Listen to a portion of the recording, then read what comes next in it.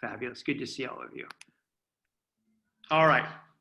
So let's begin a discussion of part 3, chapters 1, 2, and 3. And as I said last week, what we're going to find kind of moved around in part 3, chapters 1, 2, 3, are detailed accounts, detailed accounts and explanations of the 3 major strategies and techniques that Foucault calls disciplinary power, right? There, as we've been talking about from the very first lecture on Foucault, Foucault calls these strategies that emerge from the Enlightenment paradigm, this total control and routinization of space and time, the emergence of architecture that is designed to maximize the surveillance of the people inside of it, and then to induce them, those people, the awareness that they're constantly being watched, so they start watching themselves. This is what Foucault will call panopticism.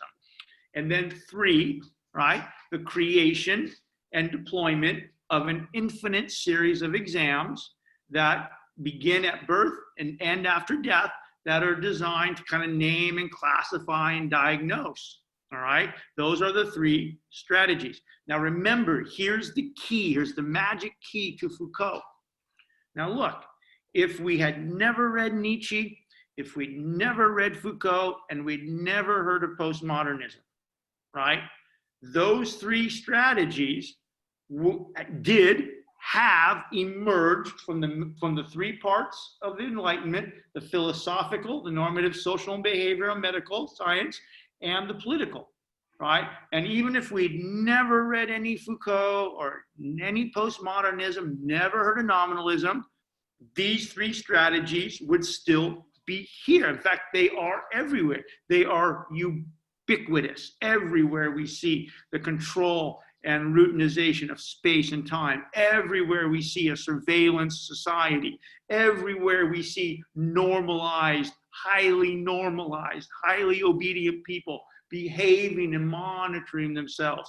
And everywhere we see the exams, the medical exams, the insurance exams, Professor Dungy's midterm, the driving exams, the exams, right? And if we had never read any Foucault or Nietzsche or postmodernism, we would recognize, we would say, yeah, these things are ubiquitous and they're good. They're kind of objectively true. It's objectively good that we examine people to see if they're sick. It's objectively good that people behave themselves. It's objectively good that we're disciplined and we're organized. We're not wasting time. These ideas are objectively good. We believe that they are objectively good, and we're committed to their practices. So this is us, and it's us regardless of whether we've read Nietzsche or Foucault or any postmodernism. Now, what Foucault does, what Nietzsche did, what Foucault does, and what postmodernism does is say, look, right? Postmodernism is suspicious about the existence of an objective truth, and it's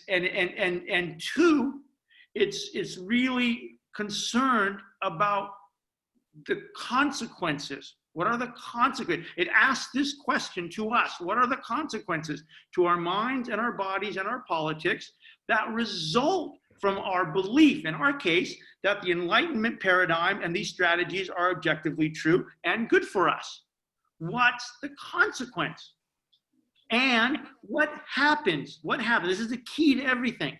What happens if we, just for the sake of the argument, just to have intellectual fun, what happens if we suspend our belief? What happens if we suspend our belief in an objective truth? What happens if we suspend our belief in the existence of an objectively true identity or subjectivity? And what happens if we then see the Enlightenment paradigm as a kind of a discourse, and we see these strategies as kind of human inventions that are also simultaneously assertions of power, right? And what are they doing? They are constructing, they are fabricating, they are creating a certain kind of person, a certain kind of human being. What kind of human being? Us. We, on a Nietzschean and a Foucaultian perspective, are constructed through this Enlightenment discourse, which, by the way, we think is true. This is why it works so fucking well, right? We're constructed by this discourse, which we think it's true, to believe these things and follow these normative practices.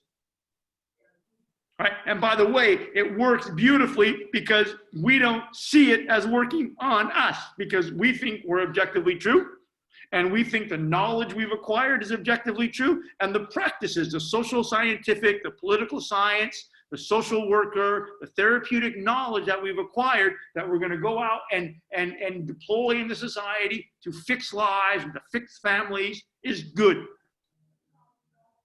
We don't see it. But this is the project. So Foucault says, and this is the whole damn book, a series of techniques and strategies that emerged during the Enlightenment, but were originally designed for the prison and originally designed for the modern army, have become ubiquitous throughout society. We're so damn good at what they were supposed to do that they get deployed throughout society. They're deployed in hospitals. They're deployed in elementary schools. They're deployed in factories. They're deployed in universities. They're deployed in bureaucracies. They're in complex bureaucracies and in cubicles, in hospitals and mental asylums. Okay, that's the argument. And what are they doing? They're constructing a certain kind of person who is totally obedient, organized, routinized, obedience, and submits to the exams. And we think all that's true and good, when in fact, actually what has happened from a postmodern point of view is, in fact, we are the effects and now the vehicles of disciplinary power.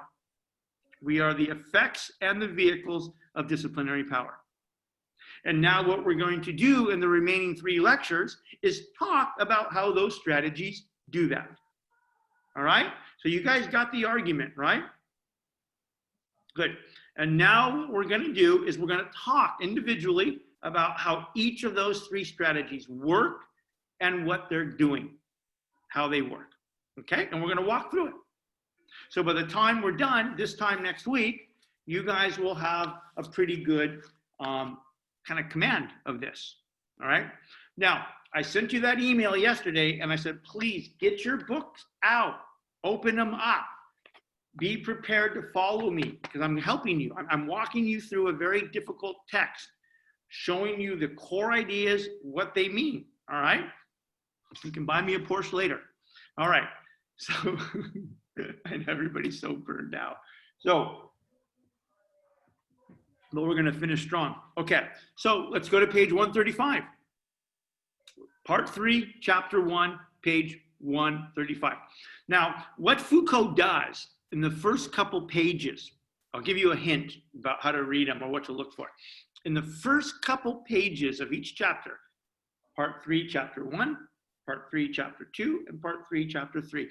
In the beginning of each of those, Foucault tells you what he's doing. He reminds you of what the project is, what disciplinary power is, and what it's doing. Okay, so if you ever need any kind of remembering or sort of memory of what's the project here, it's there. All right, so let's just start on page 135. Right, and a lot of the themes that we've been talking about for the last several weeks, where we've been talking about Foucault and what all this is, are now going to be very familiar. All right, so 3/4 of the way down on page 135, there's this beautiful line. Right, and Foucault's talking about constructing subjectivities, right? What we have been calling turning peasants into lawyers, right? Turning what used to be feudal peasants, who all of our grandparents and their grandparents and their grandparents were at some point feudal peasants. The Enlightenment discovers the utility of the individual, all right? And so here we go. Foucault writes, by the late 18th century, by the late 1700s, right? as the Enlightenment is developing. It's starting slowly in the 1650s, it's building speed, and now it's collapsing. By the late 18th century, the soldier, right, disciplinary power was originally designed for the prison in what? The modern army. Right? By the late 18th century, the soldier has become something that can be made. There you go. Out of a formless clay, an inapt body. And he's talking about turning a peasant, a kind of uneducated, untrained, formless human being that for thousands of years no one gave a damn about, and who lived out in the middle of fucking nowhere on these massive feudal estates. Right? And now the Enlightenment has come on and has discovered the utility of the body, of the mind, as something that can be trained, can be made in a certain way to do certain things. So by the late 18th century, the soldier has become something that can be made. Now, we're going to see him repeat this later, but where he put soldier, put student. Where he put soldier, put political scientist. Where he writes soldier, put medical doctor. Where he writes soldier, put social worker. By the late 18th century, right, the person, the soldier, or the social worker, or the therapist, or the prison guard, or the political scientist, these are all something that can be what? They can be made, produced. Produced from what? This body that for thousands of years, this person that had been ignored because they weren't important. No, remember, there was no visibility. Enlightenment reverses the flow of visibility. Now you and I are visible. By the late 18th century, the soldier has become something that can be made out of a formless clay, an inapt body. The machine required can be constructed. The machinery of your body, the material machinery, the machinery of your mind can be constructed. Posture is gradually corrected. A calculated constraint runs slowly through each part of the body, mastering it, making it pliable, ready at all times, turning silently into the automatism of habit.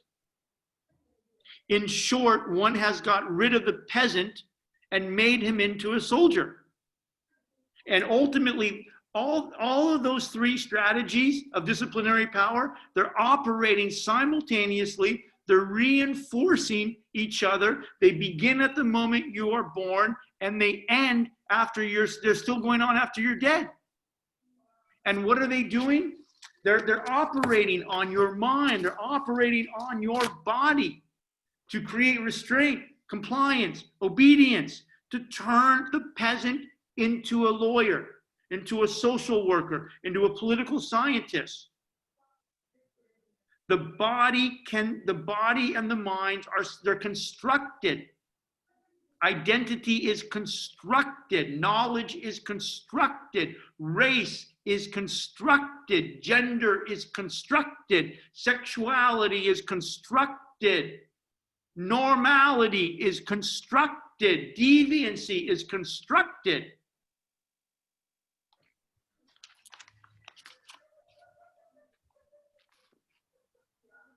Soldier has become something that can be made. Disciplinary power turns the peasant into a soldier. Disciplinary power turns the peasants into political science graduates and social workers. Remember that army of technicians that we were talking about in chapter 1 that replaced the executioner, right? Now because punishment is changed, right? We have new philosophy. We have new normative social and medical sciences and behavioral sciences. Now the purpose of punishment isn't to destroy the body, it's to correct the soul. Right? Peasant can be made into a political scientist. All right. 136. Top of 136. The classical age, the Enlightenment, the classical age discovered the body, right? The body as object and target of power, right? And remember, as we said back in chapter 1, what disciplinary power is, what Enlightenment society is a whole series of institutions and apparatuses. Microphysics of power, Foucault talks about. And we're in them. We're in the institution of the hospital, the apparatus of the hospital. We're in the apparatus of the elementary school, of the university, of the daycare, of the factory. Right? And what those institutions and those apparatuses are these combination of these three strategies that are targeting the body through the control of space and time, through observation and the creation of panoptic consciousness, through the constant examination and the writing of one's identity. And that's what he's talking about. The classical age discovered the body as object. Right? Power sees you as something that can be made, constructed to be a certain way, as object and target of power. It is easy enough, Foucault writes, to find signs of the attention then paid to the body that is manipulated, shaped, trained, which obeys, responds, becomes skillful, and increases its forces. Right? That's its purpose. Remember what we said, what are the purposes of disciplinary power? They're to make you economically efficient. They're to make you politically docile, by which he meant to obey, to be self-disciplined and obey. And it's meant to reverse the flow of visibility. Right? Back in the feudal aristocratic age, who were the people that were seen? The king. Damien was invisible. Damien wasn't seen. He was invisible. No one gave a shit. Now the Enlightenment discovers the importance of the peasant and the way in which certain technologies deployed through institutions, hospitals, schools, universities, factories, bureaucracies, prisons, army, can take hold of the body, shape it, train it, give it skill, and in the process create a certain kind of subjectivity. You and me. But none of it's objectively real. We're constructed. We are simultaneously the objects of this power, and then because you guys don't see this as power, you become the vehicles, because then we go out and we teach it to others. We replicate it in the universities, we replicate it in the social welfare and the family interventions and the therapy offices and the bureaucracies and the factories. We replicate it everywhere. Towards the bottom of the page. A body is docile that may be subjected, controlled, used, transformed, and improved. All right. Page 137, middle of the page.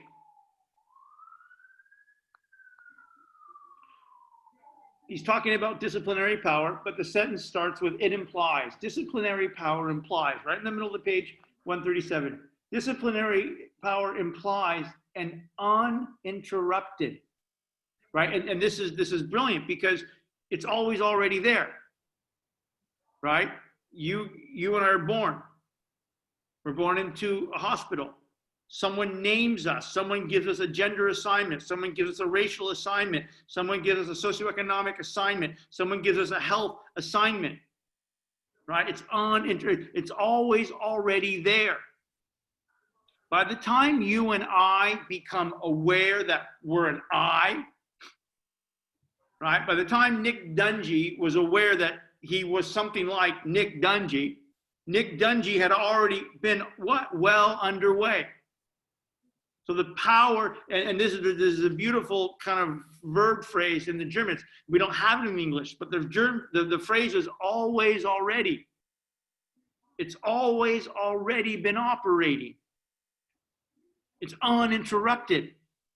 And in fact, you and I are the product of it. We're not outside of it. We're produced and made meaningful and given value and set into certain purposes because of it.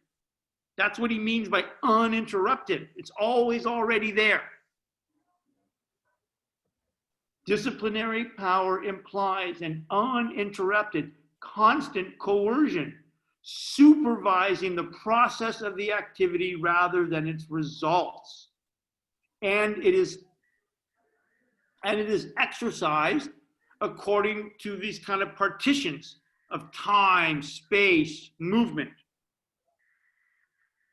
These methods, these techniques of disciplinary power, these methods which made possible the meticulous control of the operations of the body, and therefore the creation of a certain kind of subjectivity, which assured the constant subjection of its forces and imposed upon them a kind of relationship of docility and utility, might be called the disciplines, might be called disciplinary power. But in the course, here, okay, but now here's the argument. These strategies become deployed throughout society. But in the course, next line, but in the course of the 17th and 18th century, these disciplines became general formulas of domination. They become dispersed, deployed throughout society as a whole. Bottom of page 137. All right. Foucault writes, the historical moment of disciplinary power, the emergence of disciplinary power, the historical moment of the disciplines, was the moment when the art, this is such a beautiful line, when the art of the human body was born. All right? And by the way, not just the art of the human body, but the art of the human subject, who thinks and acts and values in a certain way. All right? Disciplinary power constructs what we think of the material dimensions of the body, its meaning and its value, its purposes. And it also constructs a kind of subjectivity. The art, the historical moment of disciplinary power was the moment when the art of the human body, when the art of human subjectivity was born. Right? Something constructed. It's artificial. All right, 138. Top of 138. Again, we haven't even got to the first strategy yet. He's just reminding us of what's happening. What was being formed, what was developing? Disciplinary power. What was developing, right? What was being formed was a policy of coercions, regulation of time and space, the placing of you in institutions that are constantly supervising you and surveilling you, the construction inside your mind of a panoptic consciousness that is becomes so aware that it's possible being watched, it just watches itself. The subjection to these endless exams, right? This is what he's talking about. What was being formed was a policy of coercions that act upon the body, that create a certain type of subjectivity, a calculated manipulation of the body and the mind, its gestures, its behaviors. And by the way, you're still in one. We're in one right now. We're doing it on Zoom. If we were at home at CSUN, we'd be doing it in seminar room, cell 290, South Hall 290. Prison cell, seminar room, same fucking thing. You're in it. We're always already in these institutions. These strategies are always already operating on us, through us. We are conveying them. What was then being formed was a policy of coercions that act upon the body, that construct identity, a calculated manipulation of its elements, its gestures, and its behavior. The human body was entering a machinery of power. The hospital is a machinery of power. The school is a machinery of power. The factory is a machinery of power. The bureaucracy. The body was entering a machinery of power that does what? It explores it. It breaks it down and rearranges it. A political anatomy, which was also a mechanics of power. was being born. It defined, disciplinary power defined how one may have a hold over others' bodies. And again, always whenever Foucault says a hold of other bodies, he also means the construction of certain types of subjectivities. Okay? It defined how one may have a hold of other bodies. The new prison has a hold over their body. It constructs a rehabilitated criminal. The hospital takes a hold over the body. It constructs a healthy person. The school takes a hold of the body, constructs a well-disciplined, educated person. The factory takes a hold of the body and produces someone who sits at his or her little set, pounding on the tires every 3 minutes, 8 hours a day for 65 fucking years.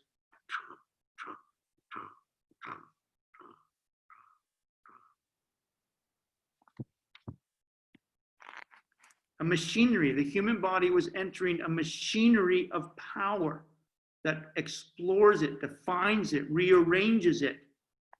What was being born, it defined how one may have a hold over bodies, not only so that they may do what one wishes, but so that they may operate as one wishes, right? To construct a kind of subjectivity that does certain things and not others.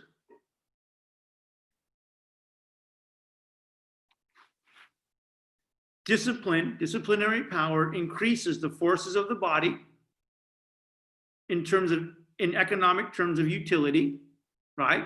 What does it do? It turns peasants into lawyers. So it produces economic efficiency. You used to be uneducated and untrained, but now you're a lawyer. You're part of the army of technicians. And now you can produce wealth. Right? You can go and get a job. One of the most important things a university does, in addition to, I suppose, teaching you things, right? It trains you how to be a professional, right? Show up to your class, take good notes, do well on your exams, don't cheat, right? Trains you. It trains you how to be economically productive, how to be efficient, how to increase value. What's the, you hear the the venture capital people. Where's the added value? What's the add value? What's the add value? Where's the added value? Hear it all the time.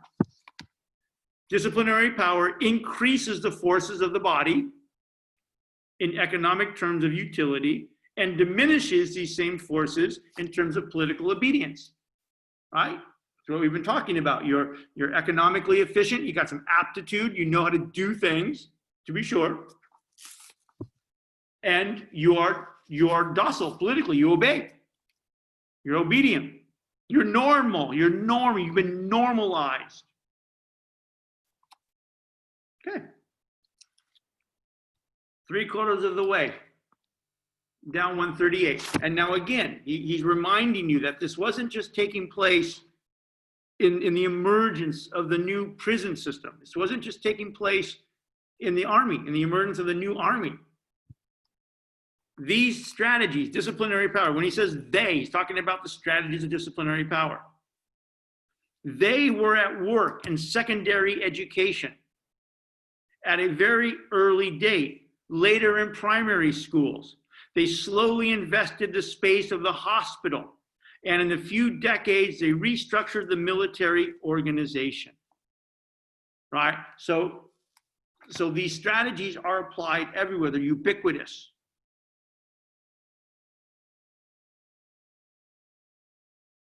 All right. Okay, so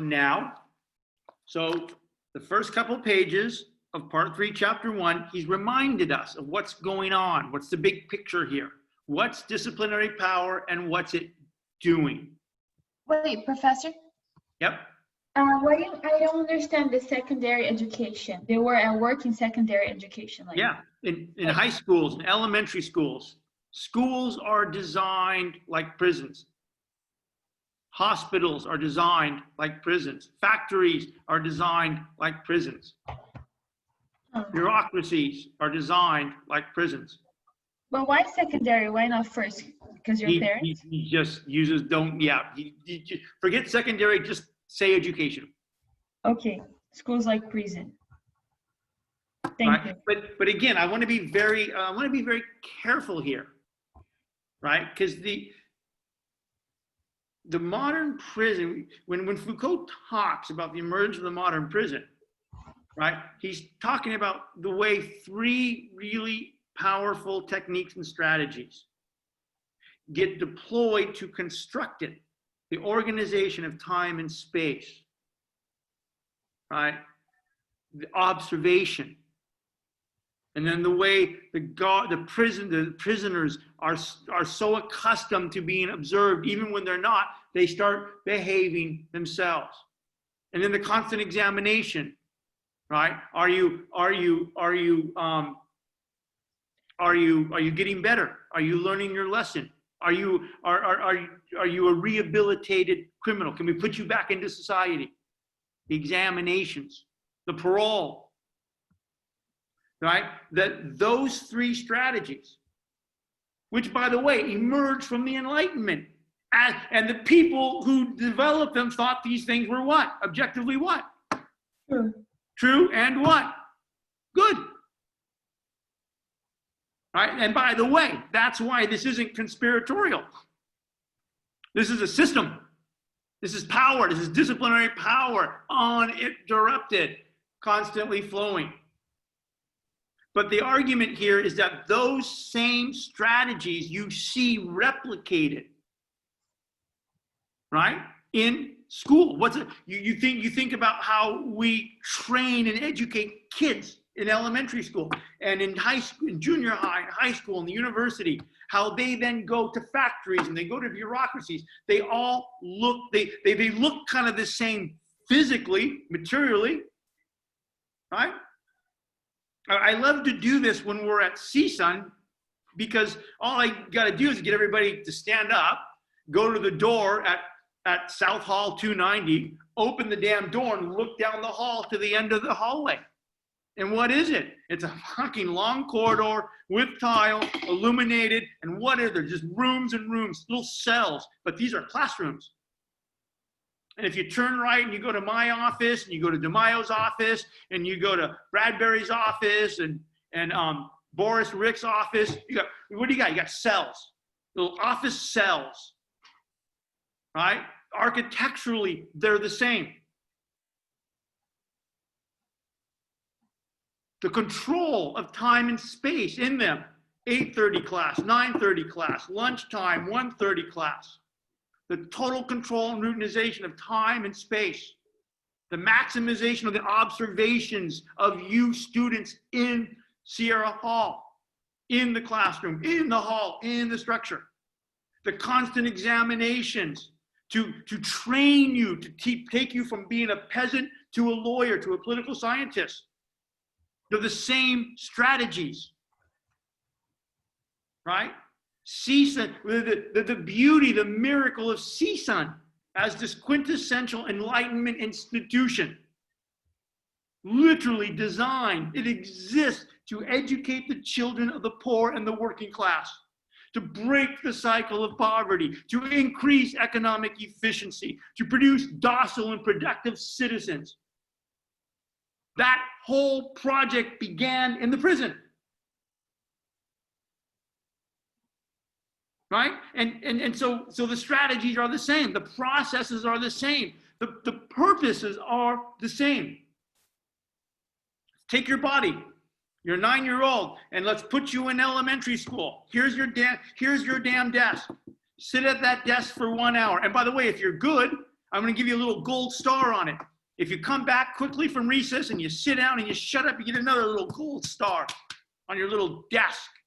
And your desk is your little spot. That's Nick Dungy's little spot. And everybody has their spot. And the school is nothing but this insanely regulated spots and times and observation and examination. It's a machine. It's a machine. This is what we thought. It's a machinery of power. It's a microphysics of power. The university is the same. The hospital is the same. the bureaucracy, Facebook, the big Facebook bureaucracy up in Silicon Valley. It's the same. The prison's the same. The factory is the same. Okay. Right. So now we can turn to just a brief discussion, right, of the first strategy. So he's given us a kind of, hey, this is first couple of pages, part 3, chapter 1 of the big picture. What is disciplinary power? What's it doing? And then he turns to a more elaborate, more detailed discussion of the first strategy. All right, so what's the first strategy? The first strategy is what Foucault calls this total control and routinization of space and time. Right, and again, right, I love this part of the class because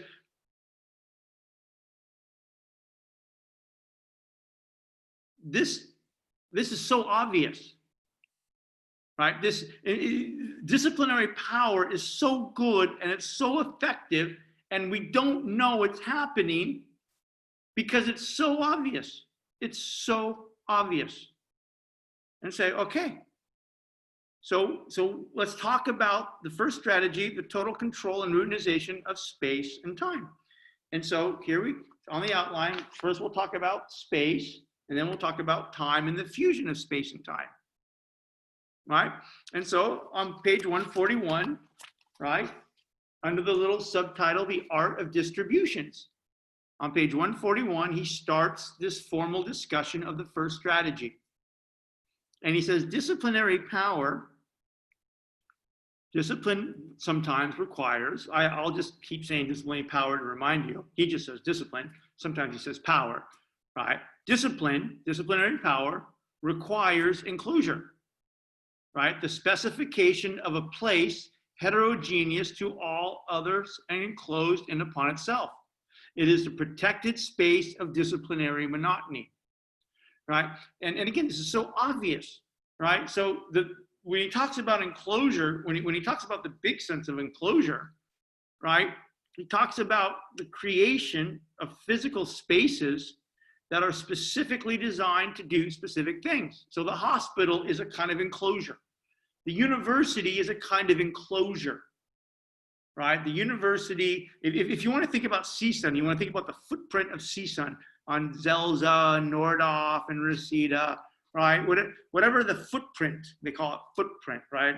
The footprint of CSUN, that's a kind of enclosure, an enclosure of the prison, an enclosure of the hospital, an enclosure of the factory, this kind of conscious and calculated attempt to take control of space and to organize it around specific activities. Now, and again, this is so, it's almost funny. I feel kind of stupid talking in this way because for us, it's so obvious. The Enlightenment was so damn good and so damn successful at what it did. It's so obvious. Of course, we have enclosures for hospitals. Of course, we have enclosures for public schools. Of course, we have enclosures for prisons and factories, right? Of course. But that didn't used to be the case, right? And in fact, prior to the Enlightenment, if you had gone to Paris or you'd gone to Berlin, or God forbid if you had went to London in the 1600s, it was a mess there was no urban design, there were no enclosures, there was no organized space, there were just wooden slums on top of wooden slums pushed up to a kind of middle-class burger home. Right? Maybe a road here, there's the river. There weren't factories yet because the Industrial Revolution hadn't fully emerged. It was emerging. But there was no organization of space. Didn't exist. Yes, I suppose they had an army barracks somewhere, but there was no organization of space. There were no enclosures. There were no strategic enclosures. Discipline requires, page 141, Discipline requires enclosure. The specification of a place that is different. Heterogeneous means different to all other places. Here's the hospital, here's CSUN, here's the factory, here's Microsoft, right? Here's the Apple fucking spaceship up in San Jose. Enclosures. Heterogeneous to all others, enclosed in upon itself. It is a protected space of disciplinary monotony. Right? And then again, right, 2 lines down, right? There were the colleges, right? The university. CSUN is an enclosure. Or secondary schools. And Jennifer, he means all schools, okay? Right? The monastic model was gradually imposed. Bottom of the page. There were the military barracks, the army, the vagabond mess. All of these things have to have a place. Very middle of the page, page 142. Side by side, emerging simultaneously, side by side with the spread of workshops. There also developed great manufacturing spaces, both homogeneous and well-defined. Right? 3/4 of the way down. The factory was explicitly compared with the monastery, right? The fort, the walled town. Right? Now, again, so not only are we getting control of space, we're getting control of space. We're putting the students in the schools. We're putting the sick people in the hospitals. We're putting the crazy people in the insane asylum. We're putting the workers in the factory. Other workers in another factory called a bureaucracy in these little cubicles. We're putting people in specific places. We're getting control of space. And by the way, what's one of the main reasons for doing this? Bottom of the page. The aim. What's the aim of enclosure? And again, not just to get organization of space, control of space, organize space rationally, logically, structurally. But in addition to that, the aim is to maximize. Here we go. You know, now he's gesturing to maybe even another one of these strategies of disciplinary power. The aim is to derive the maximum advantages and to neutralize the inconveniences, thefts, interruptions of work, disturbances. As the forces of production become more concentrated, to protect materials and tools and to master the labor force. All right, now again, let's just back up a little bit.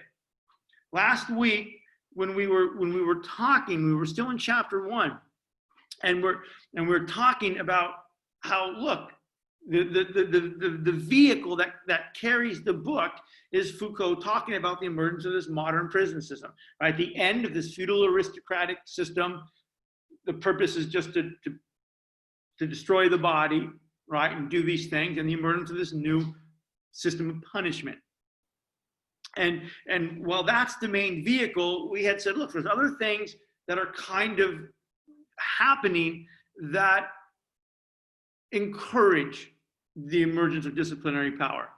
And of course, one of them is that during this time, you have the end of a kind of feudal, agrarian-based economy, and you have an emergence of a manufacturing economy, which means you also have this great migration of people from the country, these peasants, now to the cities. And not just that are people coming, uneducated, untrained, undisciplined people coming from these villages, these small country villages on these massive feudal estates, but now they're coming to the slums of London, they're coming to the slums of Paris, they're coming to the slums of Berlin, of Geneva. And why are they coming there? They're coming there to do what? To work. To work where? In factories. Right? And these people have to be organized in the factory. And they've got to be managed. They've got to be somehow trained. Right? And that's what Foucault is talking about. The first reason, the big aim of this enclosure is not just to get control of space, but it's to derive maximum advantages and to neutralize the inconveniences. as the forces of production, as industrialization emerges, as peasants leave the country and now have to work in factories, as the forces of production become more concentrated. You have to enclose things to protect materials, to control and manage everything. Now, in addition to the enclosure, right, we can even get more control over space. So we've got this big enclosure, right? So we've got CSUN. All right, so we got CSUN as a big enclosure, and now we can get more control of the space inside of that. So we can partition it. Right? Now we can take this big enclosure called the university and make little enclosures, little partitions. Here's the College of Social and Behavioral Sciences. Here's the business school, right? Here's the theaters and the television and the media college, right? Now we can partition the enclosure into micro enclosures. Here's the College of Social and here's Sierra Hall. Here's the College of Education. There's the business school. Behind us is the theater, is where they do all of the sundial and the media kids. Micro enclosures, we can partition it. You get more control. We got this big thing called university, but now let's get more control of space. Let's put the social scientists over here. Let's put the media kids over here. Let's put the business kids over there. Let's put the scientists over there. We can partition it. Or if this is a factory, right? Say this is a factory, we got a factory. All right, it's a Ford Motor Factory. It's an assembly line. What do they do in the factory? They build cars. How do they build cars? On an assembly line. What the fuck does that mean? That means that we gotta partition, we gotta micromanage that space inside the factory. Right? So there's gonna be a little space where Nick Dungy just rivets on the wheels. Here comes the car, right? And Ruth, the car is coming down and Ruth puts on the door. And then the car comes down and Nick Dungy puts on the fucking wheels. And the car go down and Jacob lowers the fucking engine in. And then it goes down and Leslie paints it. Right? Partition of the space. And not just a partition of the space, but a kind of a functional arrangement.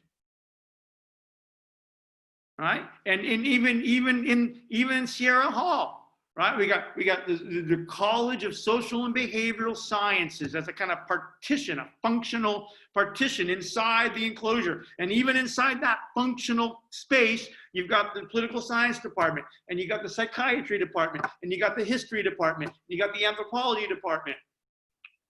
You got all these departments. Again, more concentration of functional control of space. Because that's where all the political science students are. And that's where all the sociology students are. You can also arrange it by rank if you want. You can control space by rank. Right? Where's the dean's office? Oh, it's on the top. Top of what? The whole fucking building. Right? If you want to know where the boss is in the College of Social and Behavioral Sciences, in this kind of functional arrangement inside this massive enclosure, where is it? Oh, it's on top. It's on the very top. If you're in a factory, right? The person, the boss, who's also supervising, sitting up there watching. It's a funny metaphor in what's left of capitalism. Everybody wants a corner office. You want to be in the C-suite. Right? The C-suite, the executive suite. You don't want to be down on the 10th floor or the 12th floor. You want to be in the C-suites. Get your own bathroom there. So one of the first major strategies of disciplinary power is the control of space into enclosures, into functional arrangements, right? And you can control space. You can become obsessive with control space. You can create as many spaces as there are people, which is what an assembly line is. It's what a university is. Right? the corridor where my office is, you come down that corridor and there's Bradbury's office and there's Dungy's office and there's Hugh's office, right? And then there's Professor Cole's office, and across from my office is Boris Ricks, and directly across from me is DeMaio, and next to that is Moran, right? And I forget who's next to Moran, right? It might as well be an assembly line, right? And if you walk down the assembly line, factory/university, Nick Dungy does political theory, right? And Bradbury does law. And Professor Ricks does racial politics, and DeMaio does comparative politics with a specialty in Africa. And Moran does American politics with a specialty in Latin politics. Right? And Professor Cole does all the quantitative stuff that nobody can understand because she's a genius. Right? It's like a factory, it's like an assembly line. Rather than just putting fucking parts on a car, we're giving you different parts of knowledge. Enclosure, partition, rank, right? If you're in a large corporation, you want the corner office. The Dean Searcy's office is on the top floor of the whole damn building.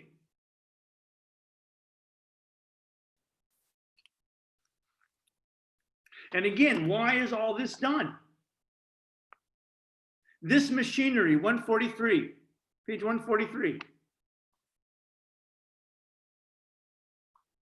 This machinery works space, right? And again, he's talking about the machinery of disciplinary power, the institution of the enclosure.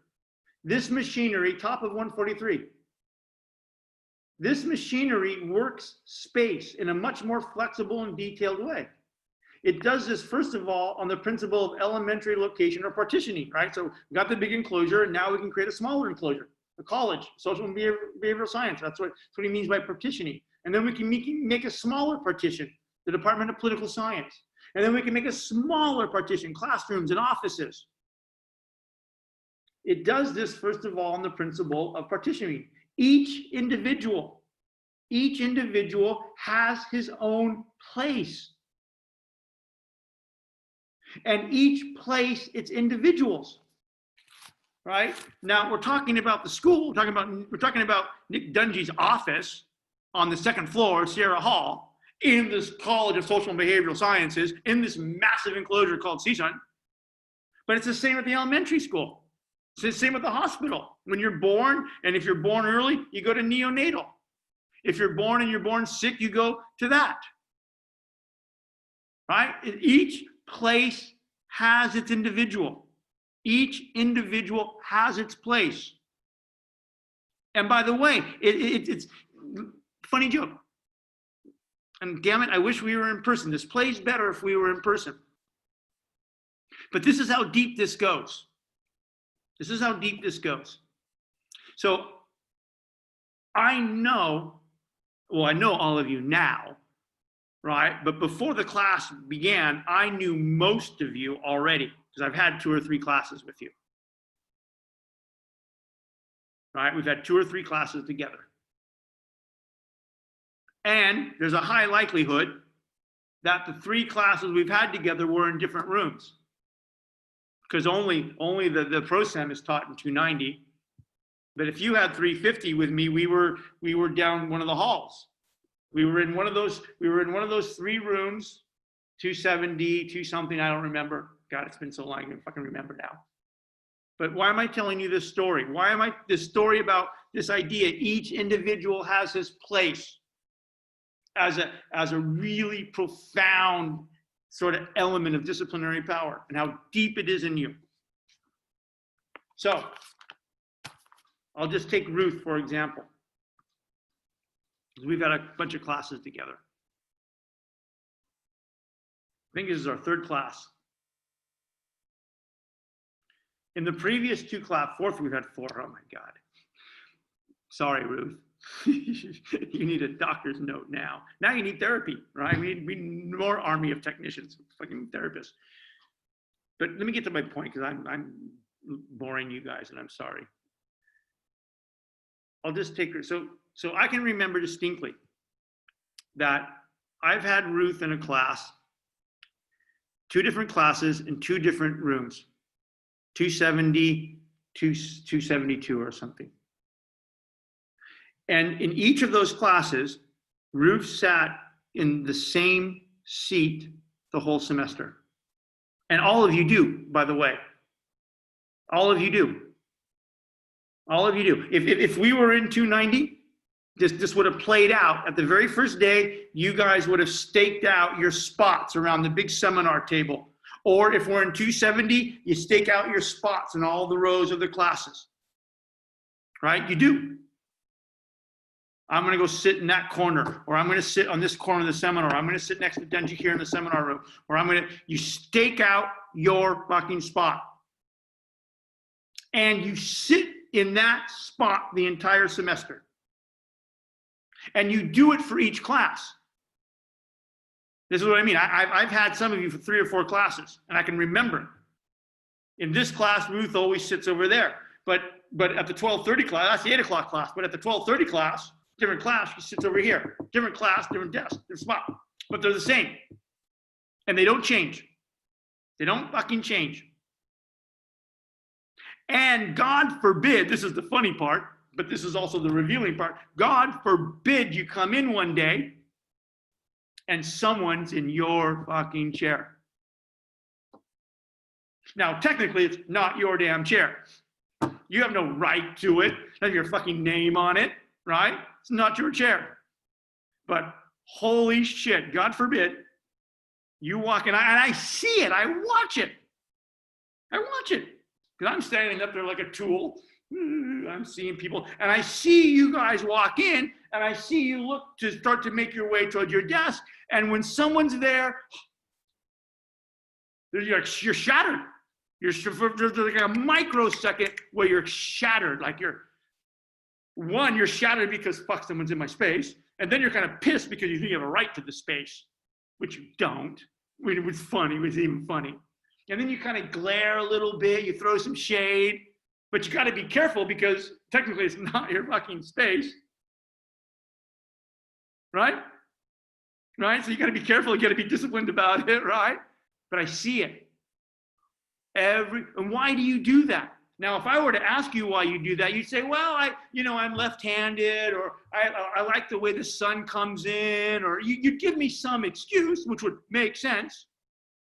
But the reason you actually do it is because from the very moment you were born, the very moment you really entered the machinery of power at the preschool, at the elementary school, at the school, you had a desk. You had an assigned desk. This was your damn desk. Back in the 70s when I grew up, you had these desks and the top of the desk opened up and you put all your shit in there and you closed it. It was and you had your name on the desk. And that's where you were supposed to be.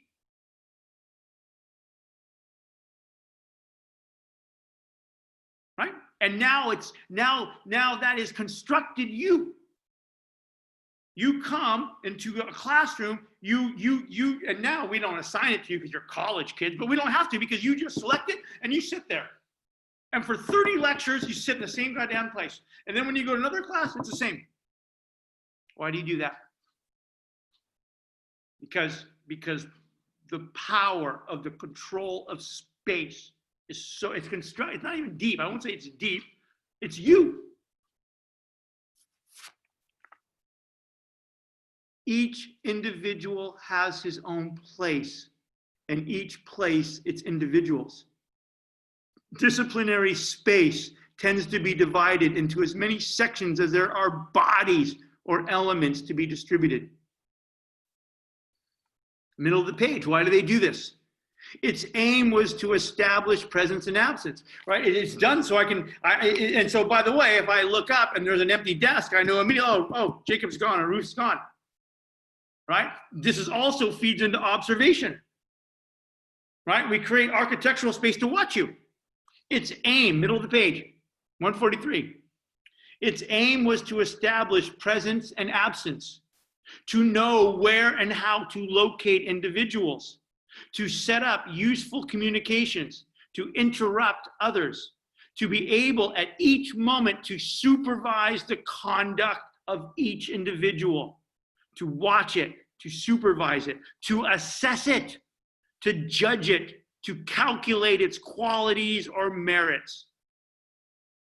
It was a procedure, a microphysics of power. It was a procedure, therefore, aimed at knowing, mastering, and using you, constructing you. Disciplinary power organizes an analytical space. And that space operates over the lifetime to construct a certain type of personality, subjectivity.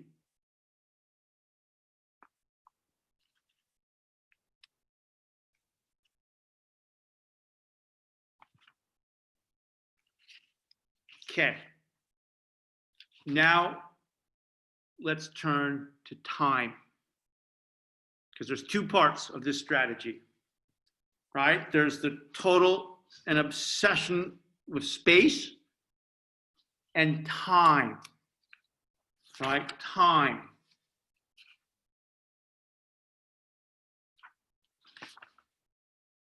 Okay. Page 149. Wait, hold on.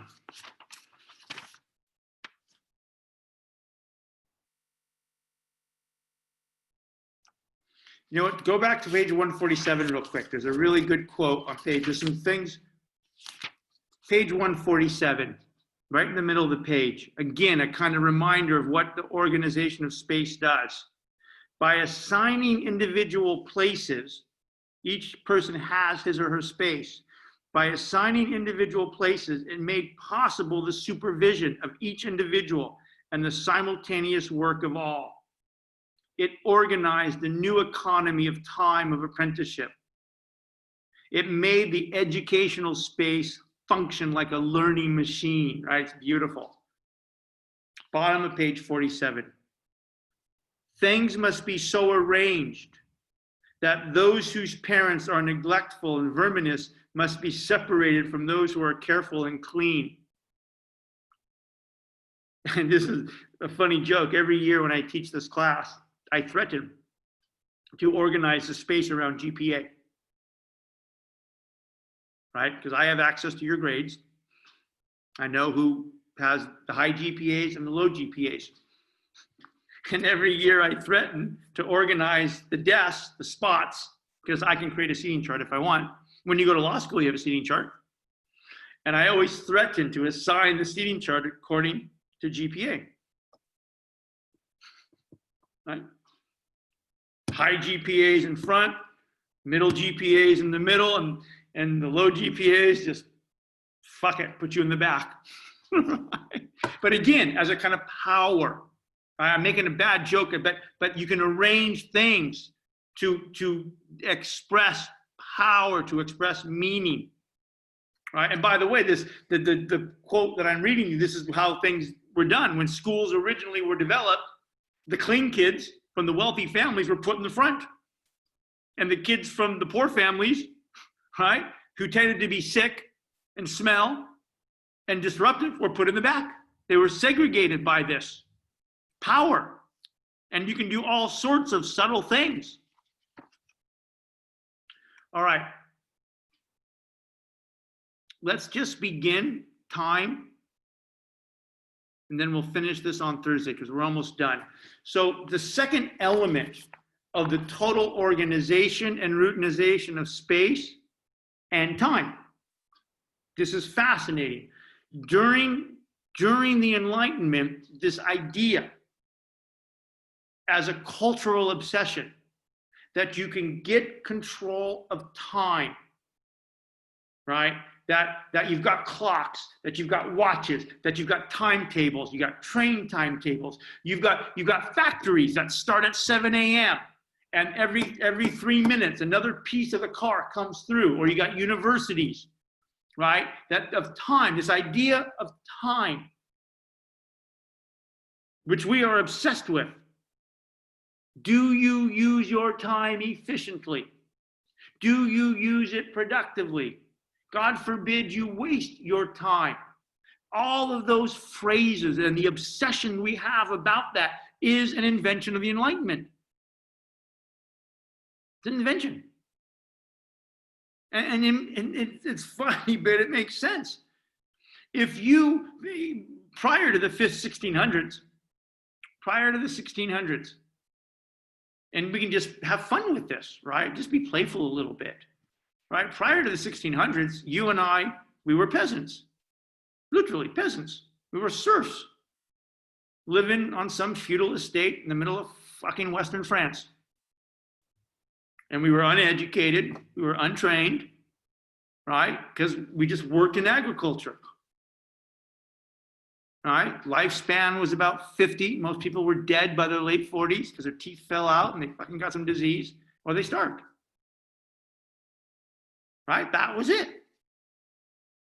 Now, if you're a peasant living out in the middle of effing nowhere and you're working in agriculture, what's your sense of time? You don't care that it's 8 a.m. or 9 a.m. or 3:30. Your sense of time is sun's up. Now we work. Sun's down. Now we go to sleep. And that happens for about 6 months during the spring and the summer.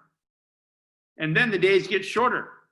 It gets colder, and that's called winter. And we don't work, and we hope we don't starve. That's your fucking sense of time. You have no sense of time, right? Sun's up, it's morning. Sun's down, it's night. Days are longer, it's warm. Summer, it's cold and dark, it's fucking winter. I hope we don't starve. That's your time. Right? You have no use for a schedule. You're a feudal peasant. Right? You're gonna get to the, what are you gonna get to the field at 7:30 promptly and start pitching the hay? Right? Take your lunch at 12, right? Come back and, it didn't work like that. You had no schedule. You had no time in the way that we think about it. The idea that we think about time and the way we do with the watch and the clock, the internal sense of time, our scheduled time is totally new. It's an invention. And of course, it's an important invention because now everything is industrial.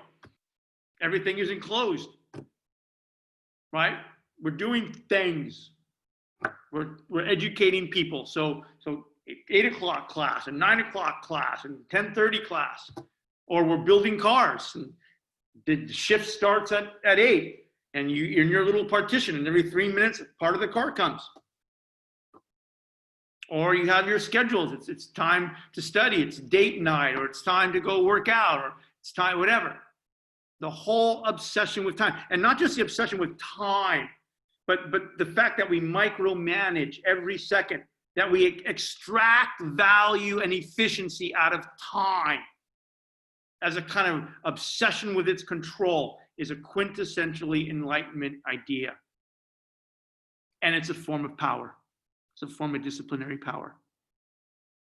All right, we're going to pick this up on Thursday. We're going to say a few more words about this and then do the second strategy. All right, part 3, chapter 2, architectural and panoptic surveillance. Have a great night. Love you guys. I'm glad you're well. And we'll see you on the other side. Thank you, Denji. Yep, love you guys. Thank you, Professor. Yep, ciao.